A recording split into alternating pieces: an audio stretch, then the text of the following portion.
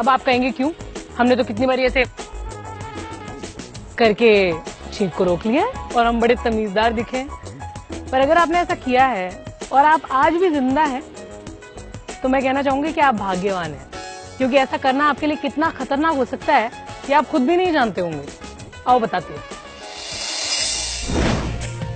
छींक आने पर आपके शरीर के अंदर की हवा की रफ्तार पता है कितनी होती है? 100 मील प्रति घंटा, और कई बार इससे भी ज्यादा होती है।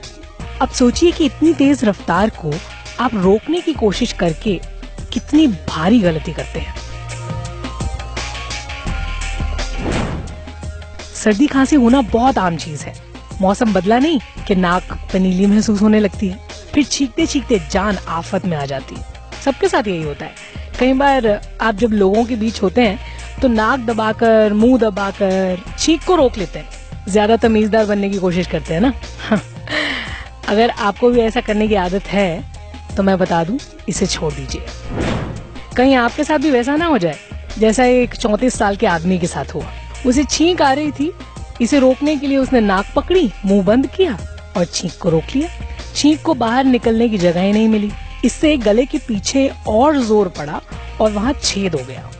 छींक के फोर्स के कारण गले की नाजुक मांसपेशियों में छेद हो गया। जाहिर है उसे बहुत दर्द हुआ होगा। ना कुछ बोल पा रहा था, ना कुछ निकल पा रहा था। फिर उसे अस्पताल ले गए।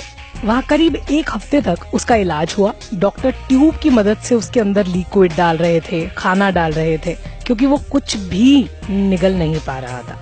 मरीज की जांच से पता चला कि छींक रोकने के कारण उसके गले का पिछला हिस्सा, जिसे डॉक्टर फेरिंग्स कहते हैं, वो टूट गया था। डॉक्टरों के मुताबिक छींक के समय हमारी सांस की नली और सीने में हवा का बहुत तेज दबाव होता है। फिर जब कोई नाक और मुंह बंद करके छींक रोकने की कोशिश करता है तो एकाएक प्रेशर और ज्यादा बढ़ जाता है। शरीर के इस हिस्से में मांसपेशियां वन वे टाइप की होती हैं, क्योंकि इनका काम बस हमारे खाए पिए को निगलने में मदद करना होता है। ऐसे में जब हवा का दबाव बढ़ता है और उसे बाहर निकलने की जगह नहीं मिलती तो मांसपेशियों में छेद होने का खतरा पैदा हो जाता है। तो नाक के छेद को ढककर और मुंह बंद कर छींक रोकने की कोशिश नहीं करनी चाहिए। इससे बहुत गंभीर दिक्कतें हो सकती हैं, जैसे कि मैंने आपको बता दिया। फेफड़ों के पास की जगह में हवा फंस सकती है, यहाँ तक कि दिमाग में खून ले जाने वाली नसें भी फट सकती हैं। डरना मना है, पर समझना बेहद